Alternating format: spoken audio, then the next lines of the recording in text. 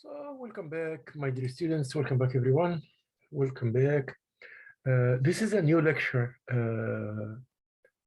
for you guys regarding the business ethics, and we'll resume talking about the topics which we've been talking before, and particularly about the code of ethics. And we'll resume working on this file. But let me first just share the screen so that everyone can see what we are doing. Then after that, we start talking, moving ahead into this topic. Okay. So the talk is about the code of ethics. And we talked before on episode 3 or the third lecture about the OSHA, OSHA, and the duties and tasks of the OSHA regarding how to employ and how to apply and enforce the code of ethics at work, how to make sure that everyone is not at risk, how to make sure that all the employees are having equity and equal treatment, either in behavior or in financially intrinsic motives or financial motives. All are the same, and at the same time it also enforce the rules of avoiding the discrimination at workplace. It also enforce the rules of applying the risk prevention and hazard and loss prevention into its lowest.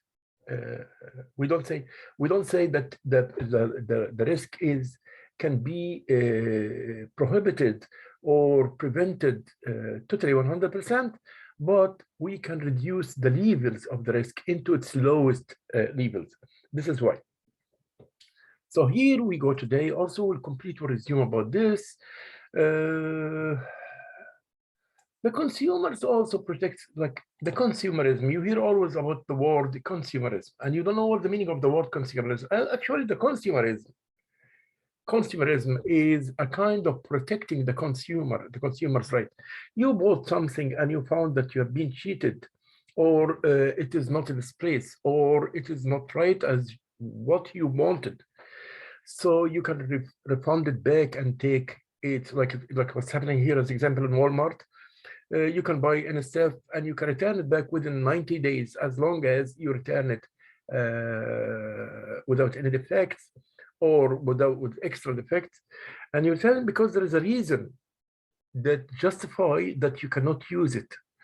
So as example, if it was a shoes, that it might be tight, it might be your feet is not comfortable in wearing it, or whatever, so you can return it back within 90 days. This is about Walmart, which I know here practically, and other companies are doing the same. So the consumerism is there to protect the consumer anywhere in the world, especially now after using the internet, and the more and more the problems are happening, and more troubles is everywhere regarding the widespread use of the internet and e-commerce and business commerce, and how to enforce the code of ethics in these new technology as well. So monitor broadcast communications and address discrimination in the workplace. So we talked about the discrimination yesterday. We said the discrimination is that you try to find out a kind of bias. You favor someone against other one. Like as example, you favor dealing with people from your back ethnic or from your same background into the more than other people who are working seriously, and you give them all the benefits and so on, and others no. So this is a discrimination. There is also sex discrimination between men and women, And some societies, they like men more than they like women. A manager who like a men managers more than he like women managers. This is another picture of the discrimination as well. So this is some points regarding the legal responsibility. We talk about the discrimination, we talk about the risk reduction. Here we will go now to a very important thing. Most business policies themselves, by distributing code of ethics, the code of ethics will make it like a common factor in the mathematics. It will be like something everyone will know, everyone can see it, everyone will apply it because it's there. It rule, it govern the behavior within the workers inside the organization. So this is why we call it a code of ethics. It's a set of strict guidelines for maintaining ethics in the workplace, That's fine.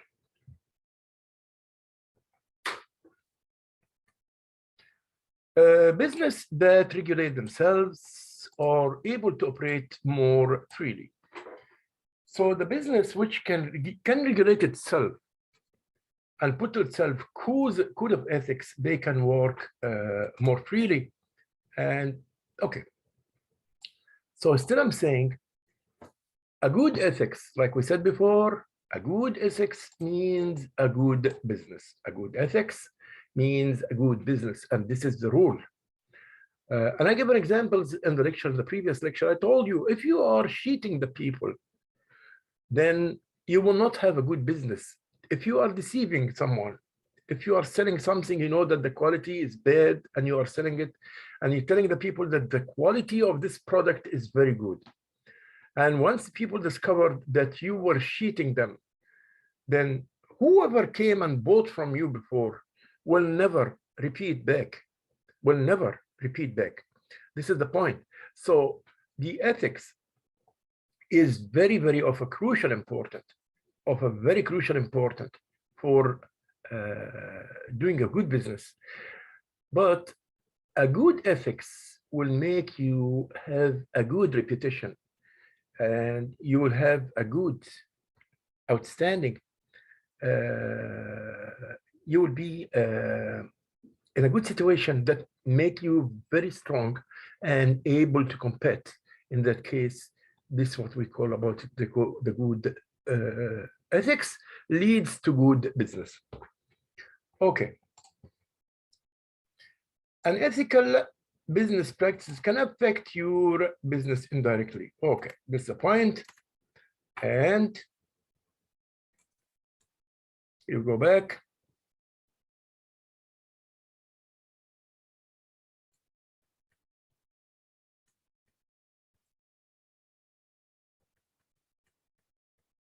Sorry about this. We talk about legal responsibility, code of ethics, ethics as a good business, and here we go. And just I forgot to put slide numbers, apply to all. Here we go. So we can now go to the slides and see. Yeah,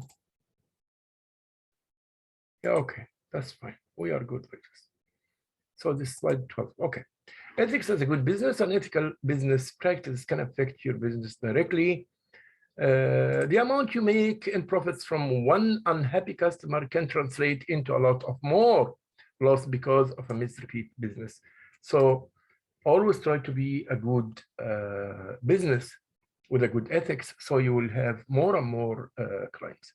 Treating employees unethically can also backfire. Mistreating employees leads to a high turnover rate. And I talked about the turnover rate yesterday. The turnover rate is a kind of like how many persons leave the work within a certain or a particular amount of time or a particular time. How many persons left the work? How many persons you have? As example, if you say the percentage is 5%, out of every 100 employee, 5 of them leave the work and look to work in another place. Why? Because the climate and the work conditions are bad because they are not treated well, because the motivations are so low. So all this is, we call it turnover, means I came to work in this college as example, I found it is not very satisfactory for me, and I'm not very satisfied in working here. There is more stress, there is more conflict, there is no motives, there is no incentives. That's why I just want to leave the work in this college as example. I'm saying as example. So in that case, and I will move from this college X into college Y, consequently, because I didn't find what I have here, what I wish here. I didn't find what I wish. So I will move to another college. This is what we call it turnover. Turnover. The more the turnover, the less the people that's happy or satisfied, the more the unsatisfaction, so the less the productivity. So when the turnover rate is high, that means productivity and the performance of the workers in this company is very low. It's like inverse relationship. It's not positive correlation, but it is inverse relationship. Of course, when the turnover rate is high, that will lead to increase of the cost of hiring and training new employees. This will increase the cost of hiring and training new employees. This is the relationship between both of them. Okay.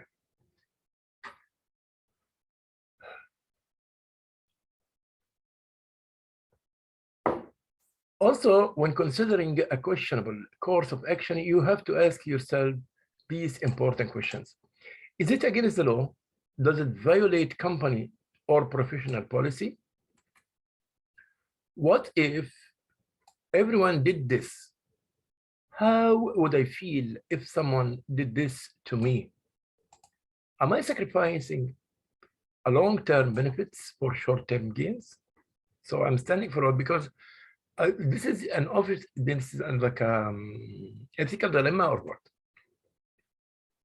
Making decision on ethical issues. So first of all, you have to identify the ethical dilemma.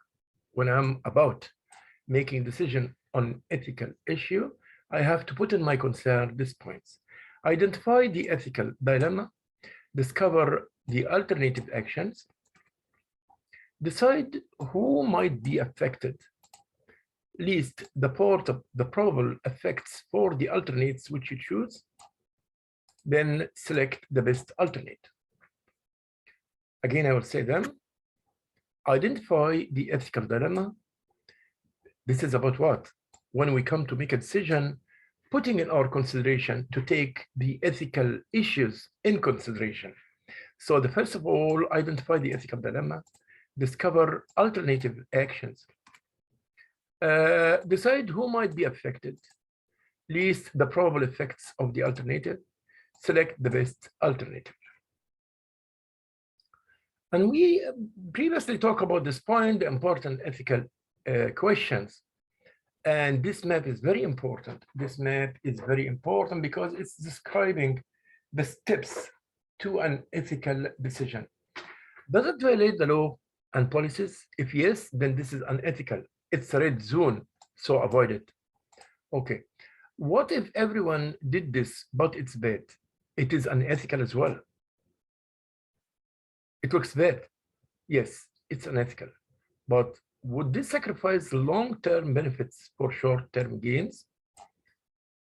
You didn't look behind. You didn't look beyond. You didn't look forward. You just look under your feet. Yes, so this may be unethical. No, then this is ethical decision. Okay, that's the map. So here, actually, I have here three questions. Actually, I have three questions here. The first question, we talked about it before, and we said this means that you as a company will have more clients. When you do a good ethics means a good business. A good ethics means a good business. So this is a point. And I will add to it also another question here just now. It's on the same field. A good ethics is a good business. Then comment. Then here you will comment and tell me why a good ethics is a good business. You will tell me why a good ethics is a good business. The third question is about why does it they treat customers ethically? Why it's important that we treat the customers ethically, and what are some ethical questions to ask? Those are the 5 questions which we said here, which we mentioned here before. You have to ask yourself these questions. Here, is it against the law? What if everyone did this? How would they feel someone did this to me? Am I sacrificing long-term benefits for short-term benefits? Those are the questions you have to ask yourself. And we talked before previously about the social responsibility, and we said the care of the society.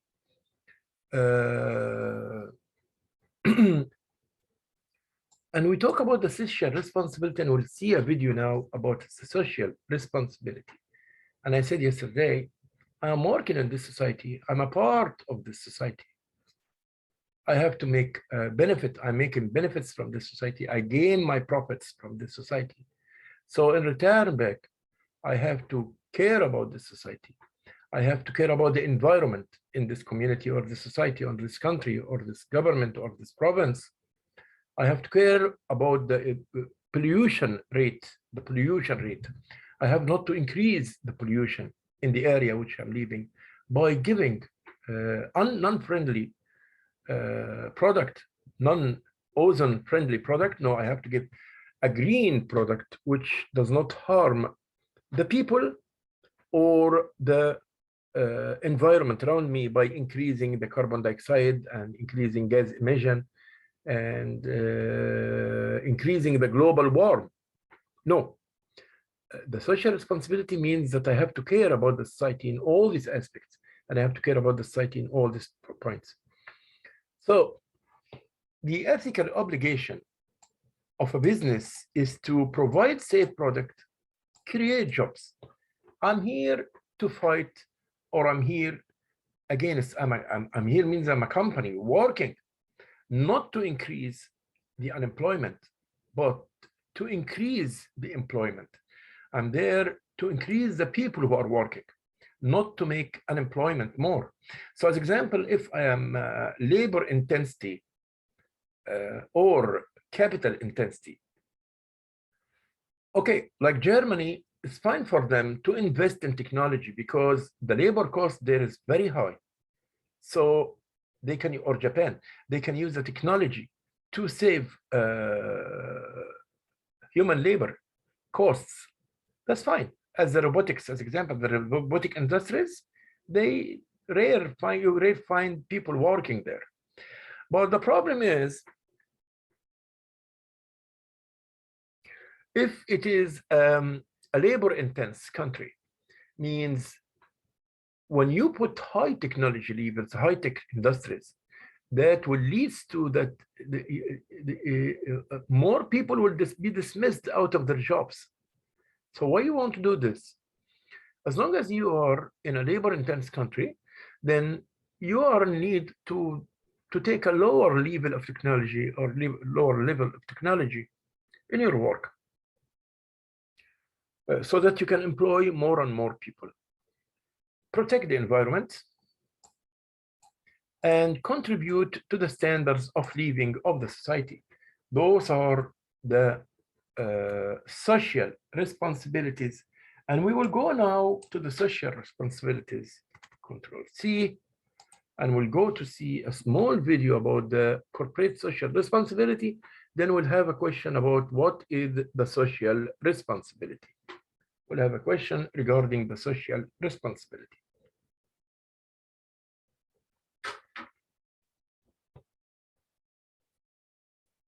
Until it work, we will also say add to the questions here. One more question, what is the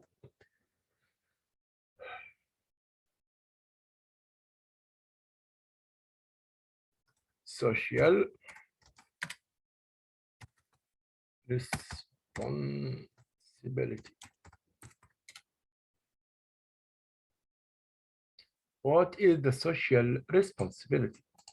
And I will give it these lines, this form.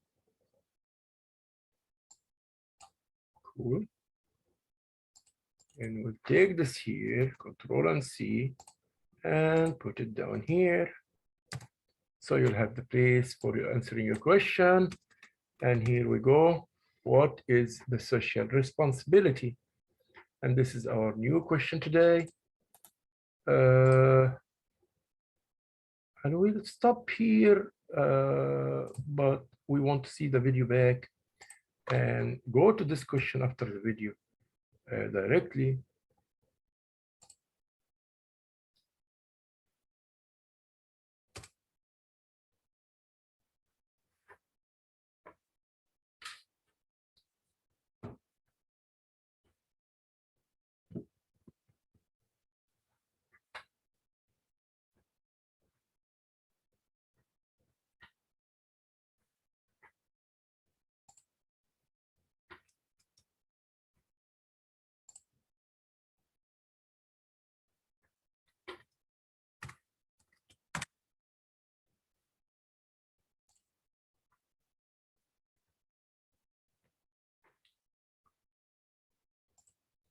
Our question is, what is the social responsibility? And we'll watch a video regarding the social responsibility right now and how it works. So this will also help us in answering this question.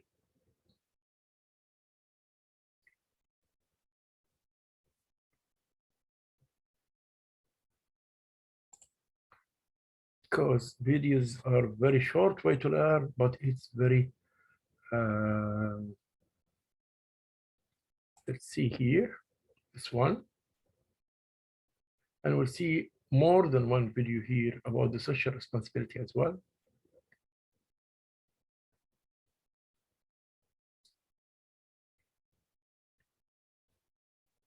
Here we go.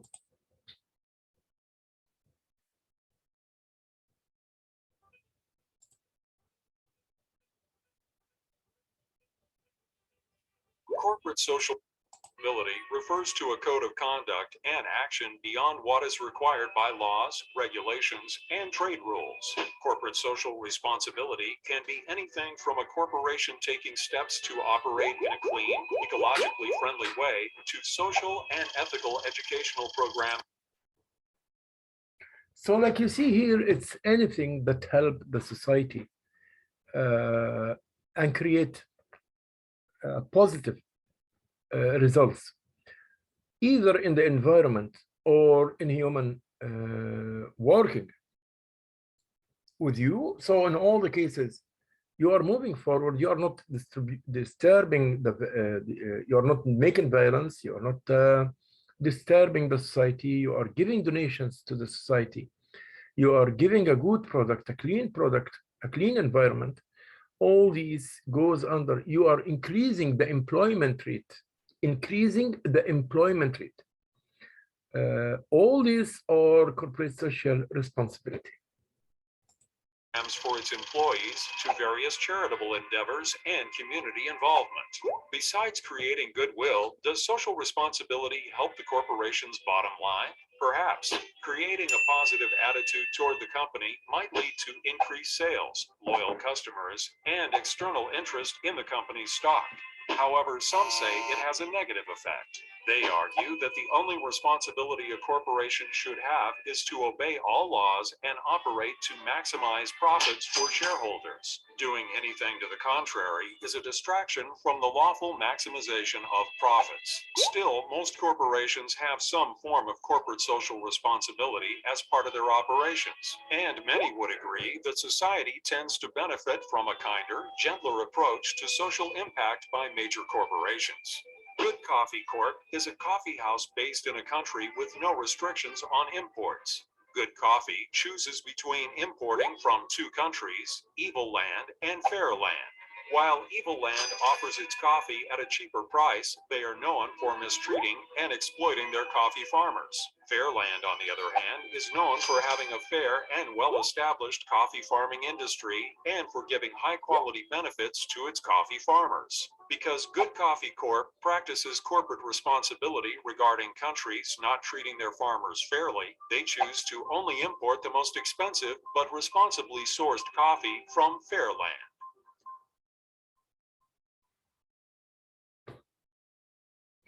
So like you see here also there is a contradiction, like the contradiction of the ideas. Like sometimes the corporate social responsibility conflict with the profits. Like you saw in the last example, I repeat back the last example, it will show you so much that if you care about social responsibility from side, this will affect negatively on your profits will go down from the other side. This is in the last, here in this last example. Let me show it to you back here. From two countries, Evil Land and Fair Land. While Evil Land offers its coffee at a cheaper price, they are known for mistreating and exploiting their coffee farmers. Fairland, on the other hand, is known for having a fair and well-established coffee farming industry and for giving high-quality benefits to its coffee farmers. Because Good Coffee Corp practices corporate responsibility regarding countries not treating their farmers fairly, they choose to only import the most expensive but responsibly sourced coffee from Fairland.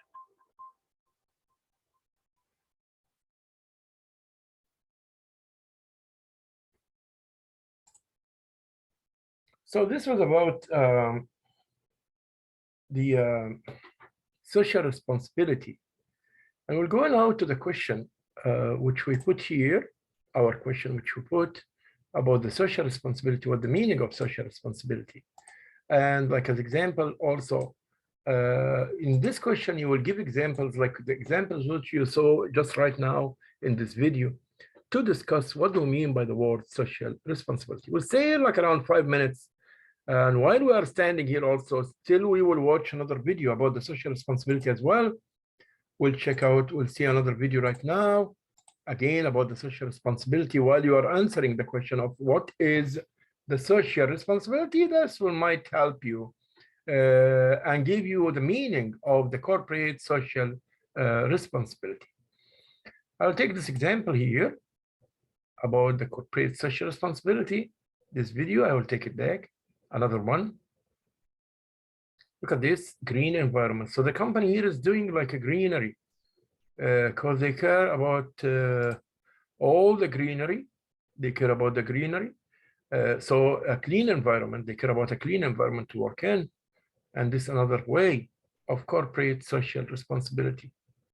I believe there is a video here. It should be a video here. Yeah, this is about the corporate social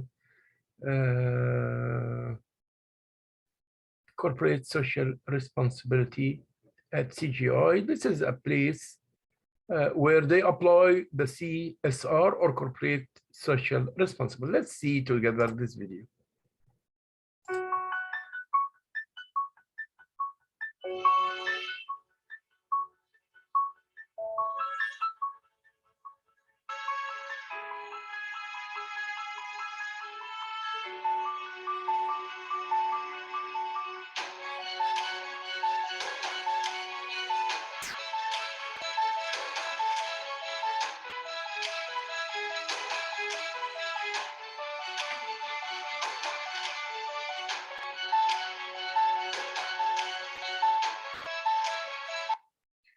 You have seen a word, the goal of the stakeholders. The word stakeholders means all the parties, all the parties that have any kind of relationship or any kind of benefit with your organization or with your company.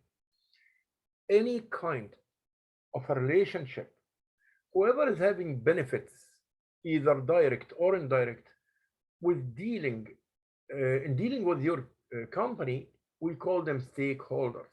So once the stakeholders care about the CSR or the corporate social responsibility, the CSR is the corporate social responsibility.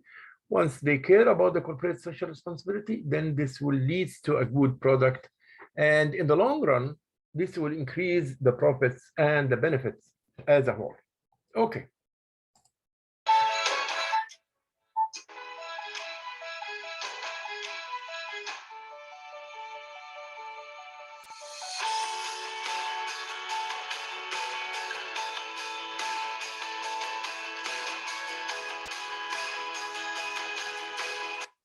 Here you can see very well climate, people, communities. The three dimensions of the social responsibility: climate and people and communities. Climate, I'm keeping green environment out of any pollution.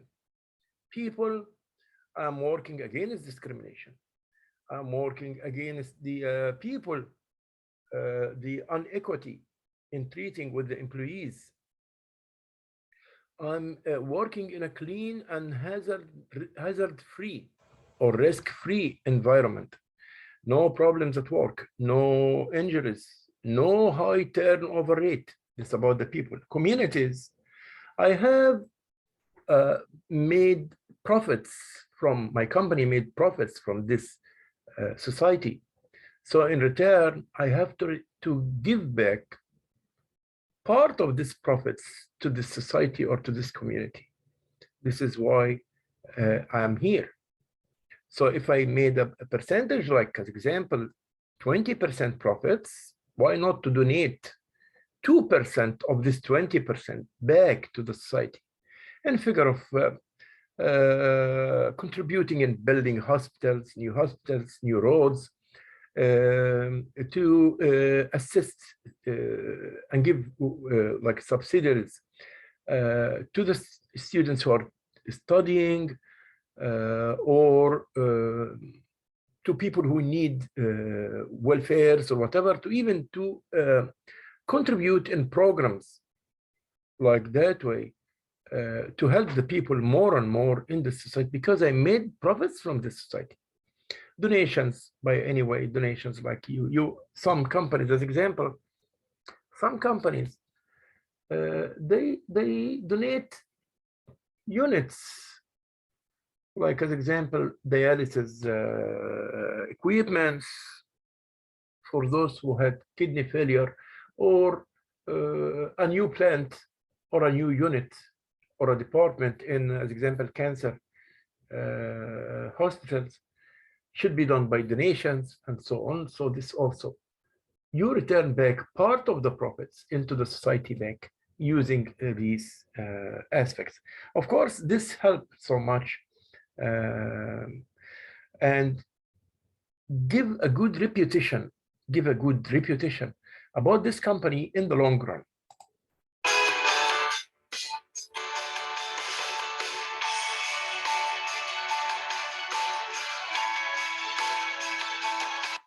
Look at this.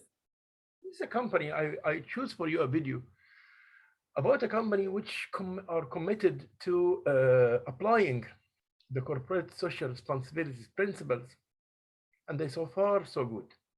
So here, one of their targets is to achieve net zero carbon emission by 2030. So here they are up to, by 2030, they want to reach zero carbon emission.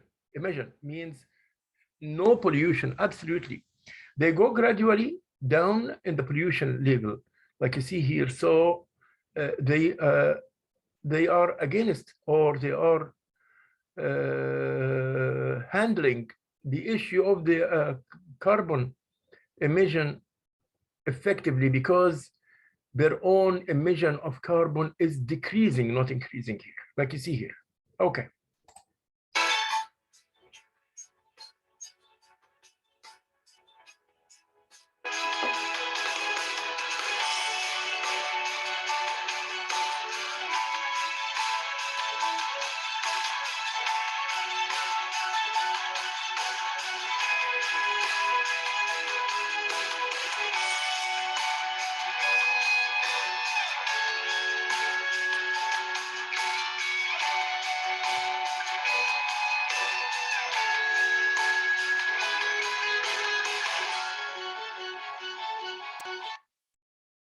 So here, this is another video.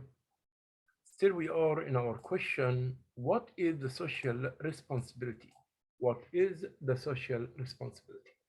And we saw now advantages and the disadvantages of the social responsibility.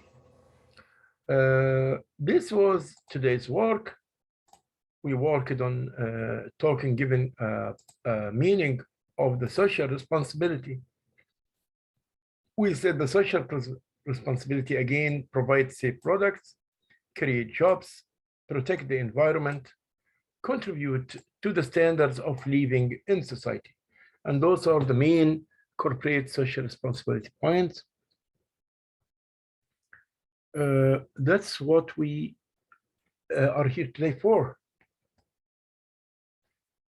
The conflict of interest, like we saw in the video before about this corporate social responsibility, that yes, I'm committed to the CSR, to the corporate social responsibilities, but that will reduce my profits. What will I do? Like the example of having to import coffee from an evil country or from a good country.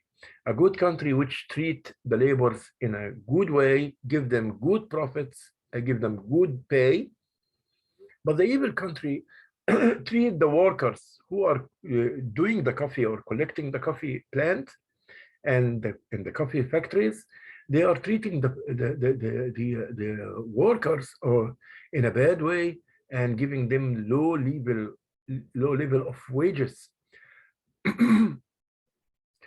The evil countries will export the coffee with a lower price, but the good countries will export the coffee with a higher price.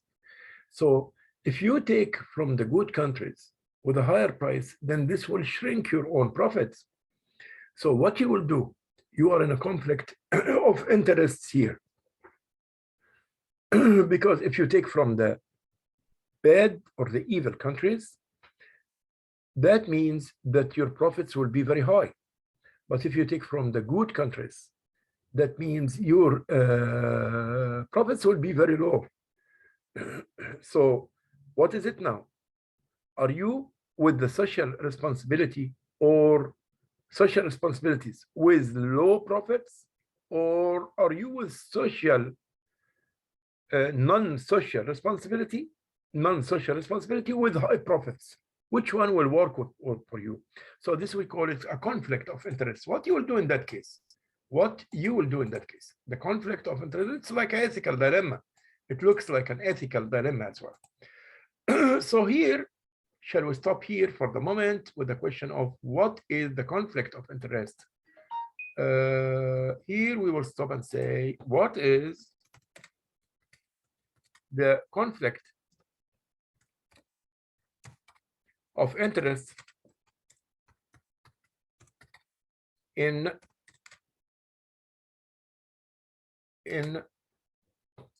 social responsibility?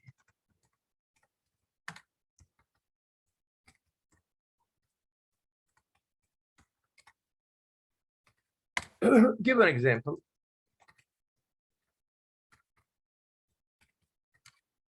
Give an example for what you're talking about. And here we go.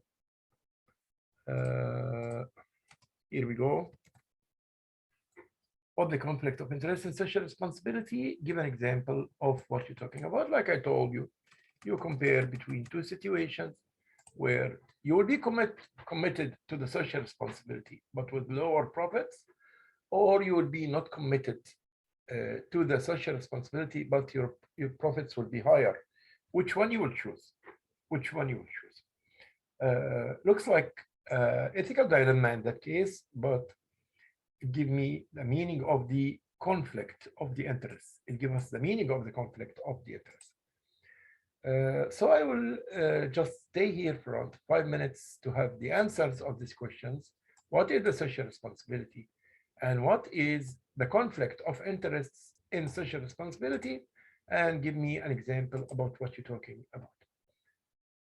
Here we go.